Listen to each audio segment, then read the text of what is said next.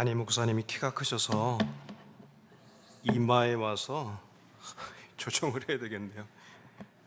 근데 제가 또 얼굴은 젊어 보이지만 노안이 와서 이게 또 초점이 안 맞을 것 같은 불안한 감이 듭니다. 저는 지금 방금 소개받은 평화교회 박찬배 목사라고 합니다. 반갑습니다.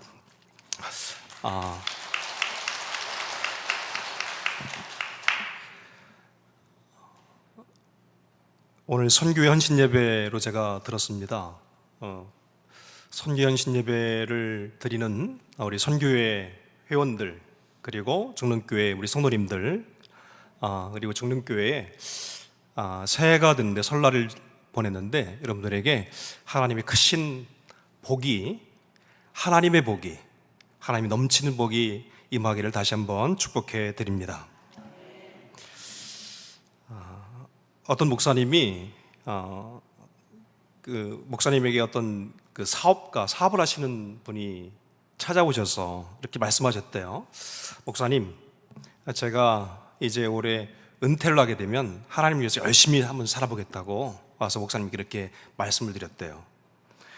그동안 바빴던 일 다 정리되고 나면 이제 시간이 날 것 같다고, 이제 주일 열심히 하겠다고. 하나님의 일을 하는 것, 하나님을 위해서 사는 것은 정말 좋은 일이죠. 그죠? 복음을 위해서, 또 하나님을 위해서 애쓰고 수고하는 일은 좋은 일이에요. 그런데 가만 생각해 보니까 할 일 없어지고 시간이 나서 그제서야 하나님 일 하겠다는 거예요. 그동안 바빴던 일 다 정리되면 그러면 하나님 일 하겠다는 거예요. 이건 아닌 것 같아요. 우리 하나님의 일을 할 때는 그렇게 생각하는 것은 아닌 것 같아요. 구약 성경에 보면 하나님을 위해서 일하는 레위인들이 성막에서 또 레위인들의 직임을 감당하기 위해서 하나님의 일을 하는 그 연령대가 있습니다. 30세부터 50세까지예요. 30 미만은 아직 영적으로 미성숙한 거예요. 훈련받는 거예요. 그래서 아직 미성숙하기 때문에 훈련받는 것이고, 50세 이후면 신체적으로, 그 당시가 그렇다는 거예요. 지금이 그런 게 아니고요. 그 당시가 약간 노후해져서, 그래서 어려운 일을 감당하기 어려우니까 30세부터 50세까지만 감당했어요. 성경에서 이렇게 기록되어 있는 건 뭐냐면, 하나님께 드리는 것은 가장 싱싱할 때, 가장 귀할 때, 가장 열심히 할 수 있을 그때 드려지는 거예요. 헌신이란 하나님께서 기뻐하시는 삶을 사는 것인데, 매일매일의 삶을, 매일매일 매 순간을 하나님께서 기뻐하시는 일에 드려지는 삶을 살아야 돼요. 헨리 나우엔이 그런 말을 했어요. 가장 위대한 도전이고 또 매 순간 결정해야 될 신실한 삶입니다. 그는 덧붙여서 말하기를, 당신이 먹고 마시고 일하는 것이 더 이상 하나님의 영광을 위한 일이 아니라면 당장 그만둬야 합니다. 그렇게 말을 했다고 그래요. 우리 선교부 헌신 예배를 드리는데, 여러분들이 드리는 헌신이 가장 귀한 것, 가장 좋은 것, 가장 귀한 열심을 가지고 하나님께 드려지기를 간절히 축복해 드립니다. 저는 작은 교회 목사입니다. 작은 교회에서, 어려운 교회에서 서울에 와서 20여 년간 목회를 했는데 아직도 어려워요. 나아질 기미가 잘 보이지 않아요. 그건 인간적인 생각이고 하나님 편에서는 어떤지 잘 모르겠어요. 하나님의 은혜 가운데는 하나님께서 기뻐하시는 목회를 하려고 부단히 애를 씁니다. 그런데 제가 목회하면서 제가 예전에 어릴 때부터 모태신앙인데 신앙생활하면서 지금까지의 신앙생활을 쭉 이렇게 되돌아보면서 느끼는 감회가 있는데, 성도님들이 예배드리고 봉사하고 선교하고 기도하는 것도 마찬가지고요, 성경 읽는 것도 마찬가지고, 그 가운데 간절함이 자꾸 사라지는 것 같아요. 간절함이 없어져요. 간절함이 없어지니까 교회가 자꾸 생명력을 잃어가는 것 같아요.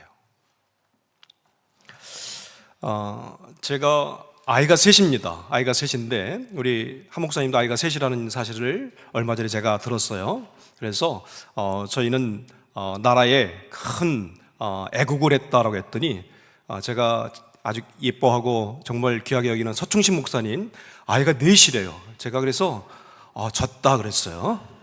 졌다. 우리 동기 목사님 아들이에요. 나이는 좀 있으신 동기 목사님 아들인데 서충신 목사님 넷이라고 그래서 이야, 하나님 이렇게 복을 주시는구나. 그래서 제가 하나님의 복을 좀 덜 받은 느낌으로 지금 그러고 있어요. 근데 아이가 셋인데 제 아이들이 어릴 때 저희 집에 제가 만든 아주 귀한 제도가 있는데 독서 장려 제도가 있었어요. 독서 장려 제도. 집에서 한번 아이들이 있으면 한번 해보세요. 도서관도 했고 교회에서 어린이 도서관도 했고 뭐 빵 만드는 봉사도 했고 했는데 애들한테 책을 좀 읽혔으면 좋겠다 생각하는데 애들이 책을 안 읽어요. 요즘에 핸드폰이 생긴 이후엔 더 안 읽죠. 근데 아이들 책을 읽히고 싶어서 책을 한 권 읽으면 그 당시에 10,000원씩 제가 독서 장려금을 지급하는 거예요. 독서 기록부가 있어요, 집안에. 거기다가 한 권 읽으면 적으라고 그래요. 며칠 날 한 권 읽었다 그러면 제가 바로 보자마자 이제 용돈을 줘요. 10,000원을 주는 거예요. 그 당시 10,000원을 주는 게 큰 돈이었어요. 오래전 일입니다. 한 15 애들 어릴 때 얘기니까요. 그런데 저희 집 막내가 중학교 3학년 때 12월 달이었거든요. 12월 달. 얘가 독서 그 기록장에 하루에 3권을 읽었다고 적은 거예요. 이상하잖아요. 중학교 3학년 여자아이예요. 제가 아들, 딸이에요. 그래서 그 아이에게 물어봤어요. 너 정말 다 읽었냐?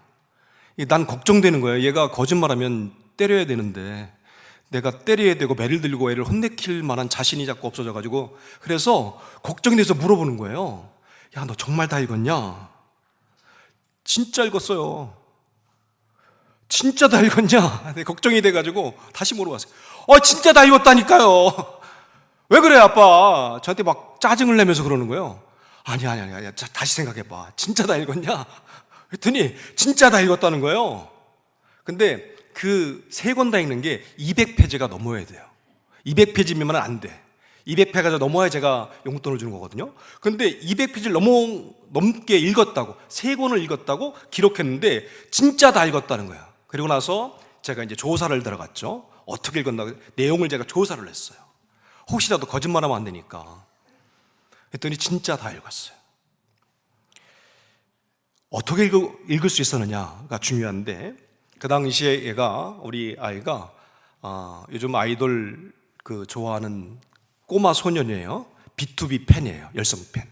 B2B 콘서트가 있는데 콘서트에 가고 싶은데 용돈을 안 주니까 돈이 없는 거예요. 그래가지고 이리저리 누가 돈 주면 그거 모으고 해서 했는데 그래도 돈이 부족해. 한 3만 원 정도가 부족한 거예요. 아마 4만 원 모였으면 4권 읽었을 거예요. 근데 티켓팅을 해야 되는데 돈이 부족하니까 3권을 몽땅 읽고 기록하고 빨리 돈 주세요 이거예요. B2B 콘서트 가려고요. 티켓팅 하려고 하루에 600페이지를 넘게 중학교 3학년이 읽더라고요. 여러분, 중학교 3학년 여자아이가 자기 좋아하는 아이돌이 콘서트 하는 걸 가고 싶어가지고 가서 응원문 들고 막 하고 싶어서 그래서 그 정도로 열심을 내서 하는데 반대로 이제 졸업학원들이 이제 선교 부니까 선교하려고 하고 뭐 신앙생활 하는데 우리에겐 하나님께 봉사하는 일에 그 정도 열심 있느냐라고 하는 거죠. 아니 아이돌 좋아하는 거보다는 뒤처지면 안 될 거 아니겠어요? 하나님을 위해서 일하는 일에 우리가 그런 간절함을 가지고 신앙생활하고 그런 간절함을 가지고 예배하고 간절함을 가지고 기도하고 간절함을 가지고 봉사하고 간절함을 가지고 선교해야 거기에 뭔가 하나님께서 역사하시죠. 여러분들의 그런 간절함이 있길 간절히 축복해 드립니다. 제가 시골에서도 목회를 했는데요. 시골에서도 목회를 한 10여 년 넘게 했는데, 제가 시골 목회할 때 매월 1년마다 매번 첫 번째 1월 첫째 주에 차량 예배를 드려요. 차량 예배. 이게 뭐냐면 교인들마다 차가 있을 거 아니에요. 그 당시 뭐 시골 농사지니까 트럭도 있고, 트럭이 없으면 경운기라도 몰고 오라는 거예요. 차가 있으면 원동기 돌아다니는 건 다 가지고 오라고 제가 광고를 해요. 근데 가져오는 사람도 있고 안 가져오는 사람도 그래요. 거기 뭐 시골 교회 뭐 한 20여 명, 30여 명 이 정도밖에 안 되니까 다 이렇게 다 끌고 와라. 교회 마당에 다 세워놓고, 옆에 세워놓고. 그래서 주일 낮 예배는 드리고 오후 예배를 뭘로 드냐면 차량 예배를 드리면서 차에 대한 설교를 하죠. 제목은 뭐 그런 거예요. 안전띠를 맵시다. 교통법규를 지킵시다. 뭐 신앙의 안전띠를 매자는 거예요. 뭐 교통법규를 하나님 말씀하시고 잘 지키자. 뭐 그러면 쭉 설교하고 예배 끝나고 난 다음에 제가 십자가 기독서림에서 구입해가지고 십자가 하나씩 다 걸어드려요. 그 차에다가 매해 바뀌는 거죠. 그러니까 십자가가 그 해마다 바뀌어요. 그리고 모두가 다 있는 데서 다 차에 놓고 제가 마당에 나가서 기도해주고 끝나는 거예요. 하나님, 올 한 해 우리 성도님들이 차량 운행할 때 아무 사고 없게 하시고 안전하게 운행하면서 올 한 해 승리하게 하옵소서. 그리고 각 속별로 가서 차를 마시든가 하든지 뭐 짜장면 먹으러 가든지 그렇게 가라고. 이게 이제 매월 첫 번째 주일날 하던 일이에요. 제가 안전띠를 맵시다, 교통법규를 지킵시다, 이런 설교를 매년 하니까 제가 잘 지켜야 되겠어요, 안 지켜야 되겠어요? 잘 지켜야 되잖아요. 근데 제가 이천에서 목회할 때 그 설교를 하고 그런 일이 있었는데, 중학생 한 명을 이렇게 차량 운행을 제가 학생 예배 끝나고 갔다 왔는데, 거기 비보고 좌회전이었거든요. 아직도 기억이 선명해요. 이마트 앞에 대우 아파트 앞에요. 이천 아시는 분 아실 거예요. 근데 비보고 좌회전이라 제가 비보고에 녹색불에 좌회전을 했는데, 얘는 녹색불에 좌측으로 좌회전을 했다고 얘가 오해를 했어요. 제가 교통법규 어겼다고 오해를 한 거예요. 저 안 어겼다는 얘기를 지금 강조하고 있는 중이에요. 엄마한테 가서 일렀어요. 엄마 집사님이 저한테 와가지고 그러는 거예요.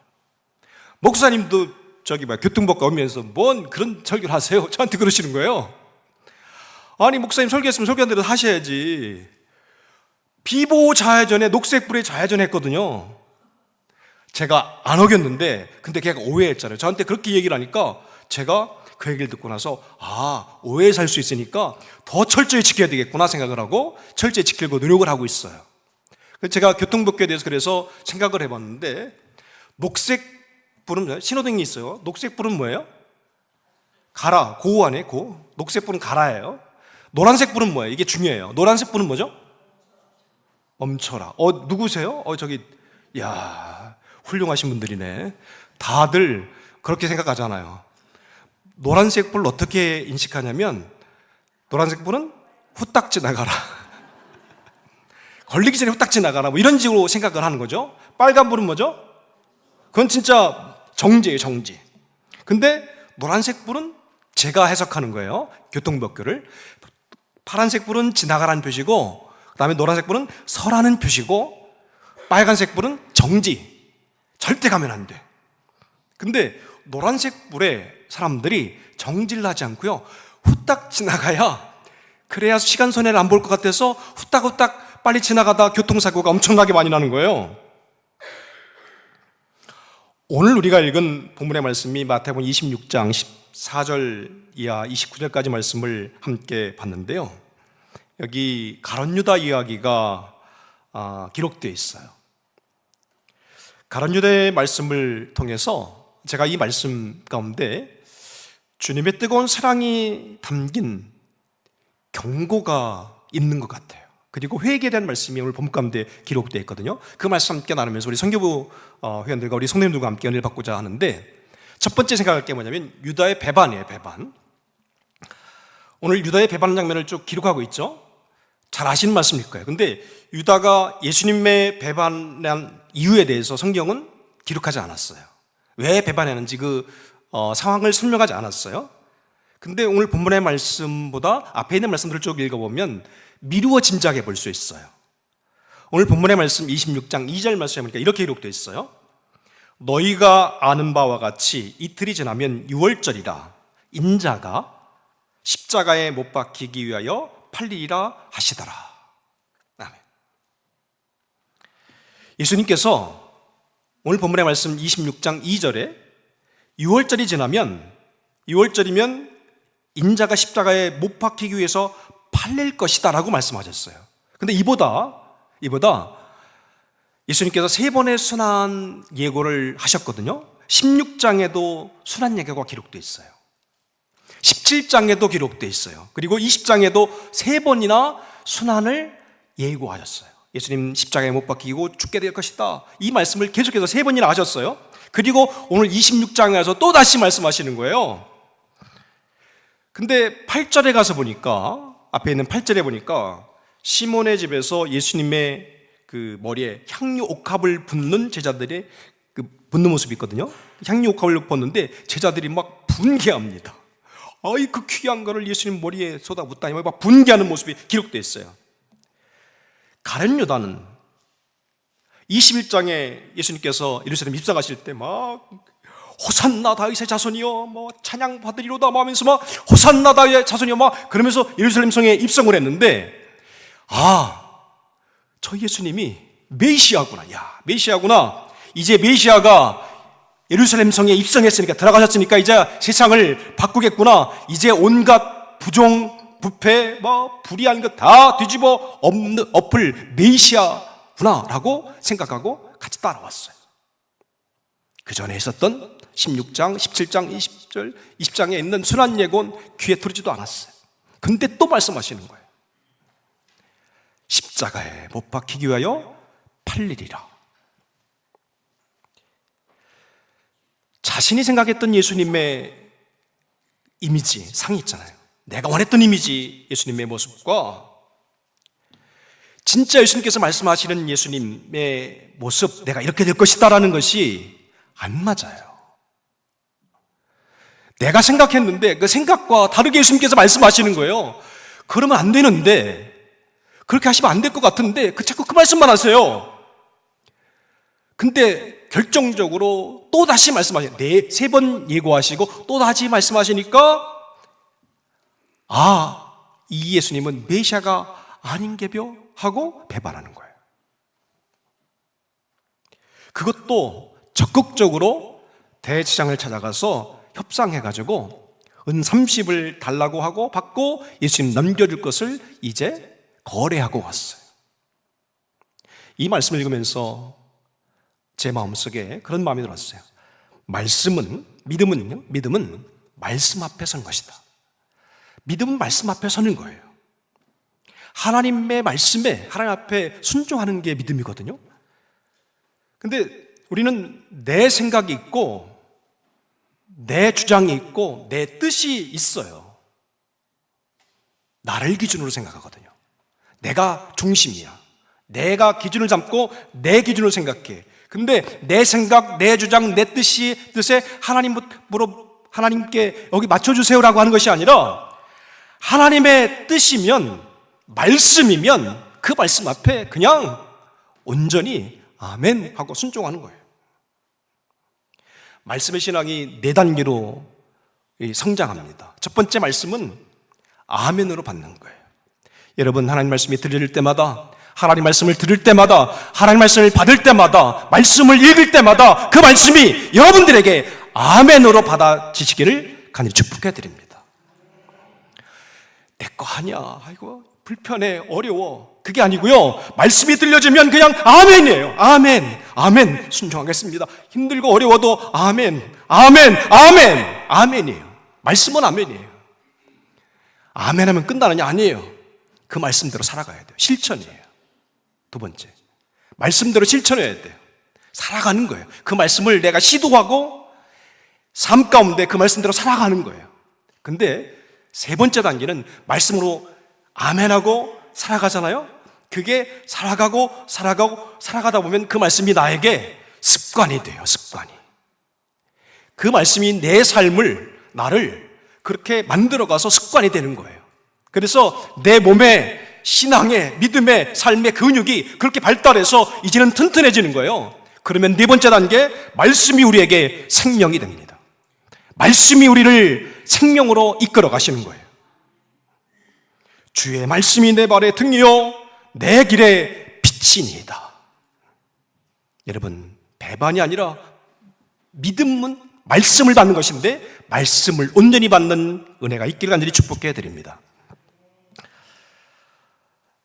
두 번째, 예수님 사랑을 좀 살펴보려고 그러는데요. 제가 어려 보이지만 젊어 보이죠? 제 나이를 잘 구분을 못 하실 것 같아요. 목사님하고 저하고 한 9년 정도 차이 나요. 목사님 9년 후배 정도 돼요. 제가 86학번이에요. 86학번. 7, 8학번이시니까, 그죠? 8년 차이가 나네. 하여튼 9년 정도 차이 나는 것 같아요. 9년, 8년 정도 차이 나는 것 같아요.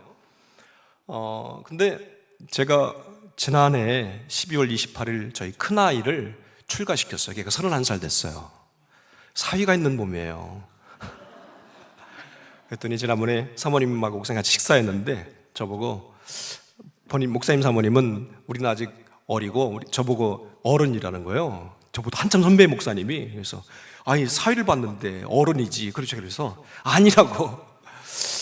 그러면 식사를 같이 한 적이 있거든요. 그런데 제 친한 목사님하고 예전에 10여 년 전 얘기예요. 10년도 더 된 얘기인데 지리산 등산을 갔어요. 천왕봉에 한번 가보고 싶어서. 남들은 다 지산 간다고 해서 같이 그 친구 목사를 꼬셔서 천왕봉에 등만 하고 내려와서 이제 집에 오는 길에 그 친구 목사님 봉구 승합차를 타고 같이 이제 오는 길이었어요.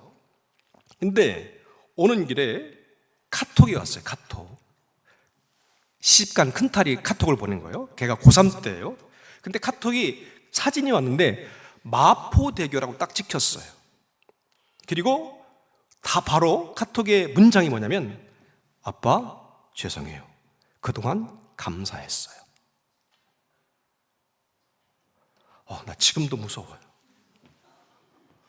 제가 얼마나 무서웠겠어요. 지금도 무서워요. 이 말하는데도 무서워요. 옆에 있는 친구 목사는 운전하고 있고요. 전 카톡을 이렇게 핸드폰을 카톡을 봤는데 마포대교 사진이 있고, 아빠 죄송했어요. 그동안 감사했어요. 제가 얼마나 급한지요. 카톡을 보냈어요. 너 어디야? 무슨 일이야? 그래도 답장 안 봐요. 일자가 안 없어져요. 그래서 안 되겠어서 전화를 거는 거예요. 걔한테 전화를 거는 거예요. 큰딸한테 전화를, 안 받아요. 얘가 안 받아.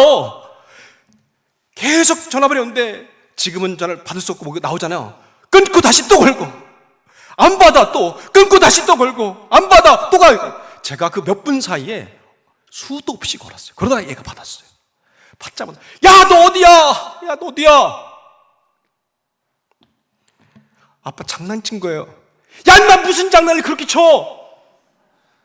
이게 장난이냐?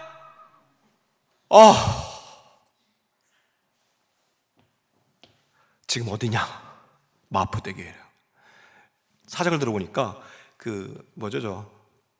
애들 고등학교 3학년 때 보는 시험 있잖아요. 모의고사 보고 오후에 저기 없으니까 친구들끼리 바람 쐬고 어디 놀 데가 그때 한참 마포대교에서 사람들 많이 목숨을 잃기도 하고 그런 일이 있었는데, 그냥 고3이니까 너무 힘드니까 거기 한번 그쪽으로 구경 가자 해서 간 거예요. 갔는데 모두가 다 부모님들께 장난 한번 쳐보자 해서 마포대교 사진 똑같이 다 보냈다는 거예요. 그 중에 가장 민감하게 반응한 일바라고 그래. 일바. 저만 일바로 했고요. 나머지는 연락도 없었대. 친구들 가운데. 다시는 그런 장난치지 마라. 그런 건 장난치는 게 아니야. 제가 지금도 가슴이 떨려요. 말하면서도 떨려. 왜 떨릴까? 왜 지금도 이런 마음일까? 감사하게도 그 아이가 결혼 안 한다고 비혼주의자였는데 하나님께서 기도 열심히 했거든요. 그랬더니 결혼할 남자를 데리고 와서 결혼해서 지금 가정을 꾸렸어요. 너무 감사해. 그래서 그때 온 사위한테 너무 고맙다고 내 딸을 데려가서 너무 고맙다고 내가 진짜 인사했어요. 왜 그런 마음에 들었을까? 생각해 보세요. 자식을 사랑하기 때문에 그런 거 아니겠어요? 내가 눈에 넣어도 아프지 않을 자식이에요. 너무너무 사랑하니까 지금도 막 벌벌 떨릴 정도로 그런 마음인 거예요. 여러분 자식이 다 그렇잖아요. 자식 있는 사람 다 그럴 거예요. 부모님들이 우리를 생각하는 마음이 그런 거예요. 근데 하나님이 나를 생각하는 마음이 어땠을까? 생각해 보세요. 하나님이 나를 사랑하시는 마음이, 예수 그리스도를 십자가에 못 박기까지 사랑하신 하나님께서 저와 여러분들을 사랑하시는 그 사랑의 모습이 어떤 사랑일까? 저는 그때 느꼈어요. 야, 하나님은 벌벌 떠는 사랑이시구나. 근데 주님께서 그 사랑을 가지고 있는데 그 사랑으로 가룟 유다에게 경고하세요. 사랑하는 자녀이기 때문에 경고하는 거예요. 돌아오라고 경고하는 거예요. 한 번도 아니고 계속해서 경고합니다. 저는 오늘 본문의 말씀을 읽으면서요, 4번의 경고를, 유다한테 4번의 경고하는 말씀을 제가 읽었어요. 제가 찾은 거 한번 보세요. 성경 한번 보세요. 21절. 그들이 먹을 때 이르시되 내가 진실로 너희에게 이르노니 너희 중에 한 사람이 나를 팔리라 하시니. 너희 중에 한 사람이 나를 팔리라. 가룟 유다가 알았을까요, 몰랐을까요? 이미 가서 협상하고 돈 받아왔잖아요. 팔리라. 알았을까요, 몰랐을까요? 알았다는 얘기죠. 23절. 두 번째입니다. 대답하여 이르시되 나와 함께 그릇에 손을 넣는 그가 나를 팔리라. 함께 그릇에 손을 넣는데 예수님과 함께 그릇에 손이 들어갔어요. 그릇에 함께 손을 넣는, 함께 들어간 유다가 들어갔는데 그렇게 말씀하시는데 얼른 손을 빼면서, 아이고, 난가가 아니고요, 아는 거예요. 24절. 인자는 자기에 대하여 기록된 대로 가거니와 인자를 파는 그 사람은 화가 있으리로다. 그 사람은 차라리 태어나지 아니하였더라면 제게 좋을 뻔하였느니라. 그 사람은 태어나지 않았으면 좋았을 텐데 라고 또 경고하시잖아요. 그리고 마지막에 25절. 예수를 파는 유다가 대답하여 이르되 랍비여. 나는 아니죠. 계속해서 말합니다. 나는 아니죠. 난 아니죠 합니다. 대답하시되 내가 말하였도다 하시니라. 저는 총 4번 봤어요. 이 마지막 25절은 그 메시지 성경에 보니까 유다야, 나 속일 생각하지 마라, 그렇게 번역해놨어요. 하나님은 우리를 사랑하셔서 돌아오라고 경고하십니다. 돌아오라고. 이 이야기를 듣는 유다의 마음이 어땠을까? 유다의 입장에서 생각해 보세요. 다른 제자들은 모를 수 있어요. 몰라. 근데 유다는 알아요. 유다는 가서 팔기로 작정하고 돈도 받아왔고 그 일을 적극적으로 해서 지금 하고 마음속에 결심하고 있는 일이 있어요. 근데 주님께서 지금 4번에 걸쳐서 말씀하시는 거예요. 한 번도 아니고요, 2번도 아니고요, 3번도 아니고 4번에 걸쳐서 회개해라. 거기서 스톱해라. 돌아와라. 그런데 가룟 유다가 그 말씀을 듣지 않고 그걸 어기고 주님을 배반한 그 길을 그냥 가고 있어요. 배반이에요. 불신앙이에요. 이건 거역이에요. 근데 중요한 게 뭔지 아세요? 유다가 알아요. 유다가 알고 있다는 거예요. 여러분들의 신앙 가운데 하나님의 말씀이 들려지면 아멘 못할 때가 있어요. 안 될 때가 있어요. 아멘을 응답 못할 만한 그런 말씀이 있어요. 근데 내가 아멘 안 하면서요, 알아. 하나님께서 아멘을 하라고 하시는 말씀을 알아. 너희가 아멘하고 순종해야 돼. 그래야 돼 라고 말씀하시는데 그걸 내가 모르는 게 아니고 알아. 근데 의도적으로 유다는 그 말씀을 어기는 거예요. 4번에 걸쳐서 말씀하시는데 주님의 경고의 말씀을 들으면서 돌아와라, 회개해라, 그만 멈춰라 라고 말씀하시는데 근데 그 말씀을 의도적으로 알지만 어기는 거예요. 여러분, 이러면 안 돼요. 말씀이 들려져야 돼요. 들려진 말씀 앞에 순종해야 돼요. 말씀이 들려지면 회개할 수 있어요. 그 말씀 앞에 순종하면 회개할 수 있는 거예요. 말씀 오늘 제가 오늘 낮예배 시간에는 누가복음 4장 21절 이하 말씀인데 여기 놀라움이 있어요. 말씀 듣고 놀랬거든요. 놀라는 건 길을 잃어버린 건데 놀라는 거 뭐냐? 하나님 말씀에 놀라는 거예요. 근데 그 다음에 회개, 이어지는 게 회개예요. 놀라고 난 다음에 회개해야 돼요. 회개해야 돼. 노란 불을 켜시는 거예요. 노란 불을 켜시고 돌아와라. 돌아와라, 돌아와라. 주님의 간절한 음성이 들리지 않으세요? 주님의 사랑이 느껴지지 않으세요? 돌아와라, 돌아와라. 회개해라, 회개해라, 회개해라. 이 시간 말씀을 듣고 말씀이 깨달아지고 들려진 말씀 앞에 돌아서고 회개하는 새로워지는 거룩한 역사가 있음을 통해서 선교부 회원들이 하나님의 거룩한 일을 감당하기에 정말 아름다운 그릇들이 되길 간절히 축복해야 됩니다. 제가 오늘 본문의 말씀을 읽으면서 또 한 가지 놀라운 걸 발견했는데요, 그 말씀 뒤에도 제가 중간까지 읽다가 끝낼 수 있는데 그 뒤에 말씀을 함께 더 읽었어요. 29절까지 말씀을 읽었는데 28절 이후의 말씀이 놀라웠어요. 일상 그리고 회개하자는 결과가 기록됐어요. 말씀이 좀 이상해요. 유다가 경고했는데 안 듣잖아요. 그러면 그 앞에서 바로 예수님 심판해도 될 것 같은데, 바로 그냥 꽉 하고 접어가도 될 것 같은데, 근데 예수님께서는 그렇게 하지 않았어요. 26절 말씀부터 읽으면 마지막 만찬이에요. 최후의 만찬, 성찬 예식이 거행돼요. 거기에 주님의 제자들과 모든 제자가 다 포함돼서 마지막 만찬을 하고 있어요. 가룟 유다도 거기에 성찬 예식에, 성만찬 예식에 함께 참여하고 그리고 하는 거예요. 제가 오래전에 그 동영상을 보다가 아주 인상 깊은 설교를 들은 적이 있는데, 순회 선교단 김용희 선교사님 설교하는 걸 듣고 내가 깜짝 놀란 적이 있어요.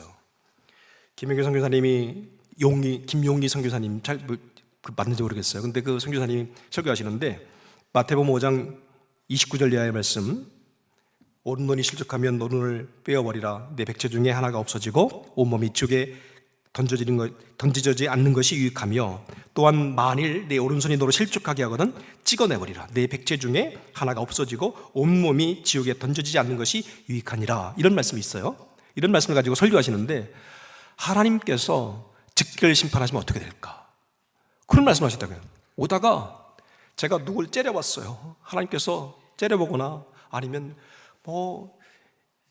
야한 생각을 하거나 그런 음탕을 제가 봤어요. 하나님이 즉결 심판하시면 제 눈을 확 뽑아버리셨어요. 그 선교사님 그렇게 표현해요. 확 뽑아버리면 눈이 없이 오는 거예요. 제가 손이 잘못했어요. 하나님 즉결 심판을 잘라버리셨어요. 다리가 잘못했어요. 다리 잘라버려요. 가다가 누굴 욕을 했어요. 말이 잘못했어요. 혀를 확 뽑아버리셨어요. 그러면 여기 우리 모두가 다 백체 중에, 우리 몸 중에 온전하게 와서 예배드릴 사람이 누가 있겠냐는 거예요. 목사님 들으시면서 다리 쩔뚝거리고 들을 수도 있고요. 아니면 눈이 없고 팔이 없고 다음에 넌 팔이 잘못됐구나, 넌 눈이 잘못됐구나 이러면서 예배드리지 않을까 하는 생각이 드는 거예요. 근데 하나님께서 즉결 심판하신 것이 아니고, 주님이 즉결 심판하신 것이 아니고, 가룟 유다가 회개하지 않고 경고했는데 듣지 않았는데, 근데 심판이 이루어지지 않았어요. 제자들과 함께 성만찬에 참여하는 거예요. 놀라운 게 뭐냐면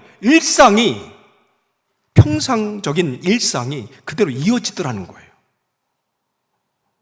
우리가 혹 회개하지 않아도 우리의 일상이 그대로 이어질지 모르겠어요. 그대로 성도이고요, 지난주와 똑같이 예배드리고, 지난주 똑같이 기도하고, 똑같이 봉사하고, 똑같이 선교에 참여하고, 똑같이 성찬에 참여하고, 똑같이 집사이고, 똑같이 권사이고, 장로이고, 목사이고, 똑같이 그대로 일상 가운데 우리가 있는지 모르겠어요. 그러나 결말은 다릅니다. 31절 이후에 보면 베드로가 부인하는 것을 예언한 장면이 기록되어 있거든요. 세 번 부인할 것이다라는 말씀이 쭉 기록되어 있어요. 마지막에 저주하며 막 해요. 근데 75절에서 보니까 이렇게 기록되어 있어요. 26장 75절. 이에 베드로가 예수의 말씀에 다 물기 전에 내가 3번 나를 부인하리라 하심이 생각나서 밖에 나가서 심히 통곡하니라. 말씀이 생각났어요. 그 놀랐거든요. 깜짝 놀라서 회개하는 거예요. 말씀을 듣고 회개하는 거예요.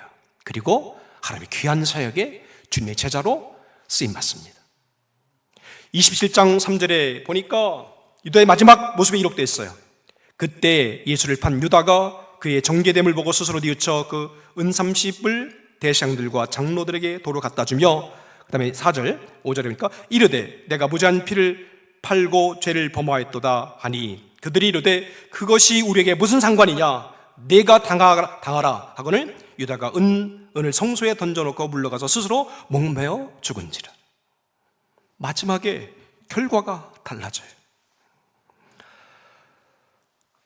선교부 우리 귀한 회원들 올해 또 하나님의 귀한 선교부의 책임을 맡아서 선교의 사명을 감당하실 텐데, 여러분들 올해 말씀을 들으면서 제가 이 말씀을 나누면서 선교부에 적합한 말씀인가 아닌가는 잘 모르겠어요. 근데 이 말씀을 준비했어요. 근데 선교부 위원들이 선교부 가장 중요한 핵심적인 부서 아니겠어요? 근데 선교부 위원들이 이 믿음의 신호등을 분별할 줄 알아서 말씀 앞에 바르게 세워지면 그 선교부는 달라질 것이다. 그런 믿음이 생겼어요. 그런 생각이 들었어요. 말씀을 기억하며 회개하시기를, 노란불이 켜질 때마다 돌이키시기를 축복해 드립니다.